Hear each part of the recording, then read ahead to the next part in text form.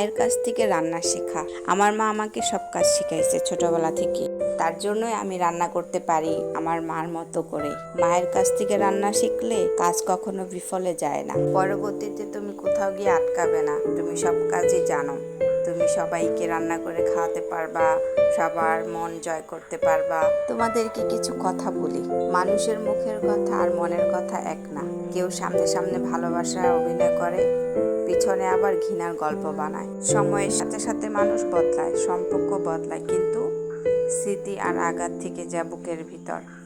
তাই নিজের উপর বিশ্বাস রাখো, আল্লাহর উপর ভরসা রাখো, কারণ এই দুনিয়া কারোর জন্য থেমে থাকে না। হ্যালো গাইস, তোমরা যারা আমার ইউটিউব চ্যানেলটা দেখছো অবশ্যই সাবস্ক্রাইবটা করে দিবা, লাইক কমেন্ট শেয়ার অবশ্যই করবা।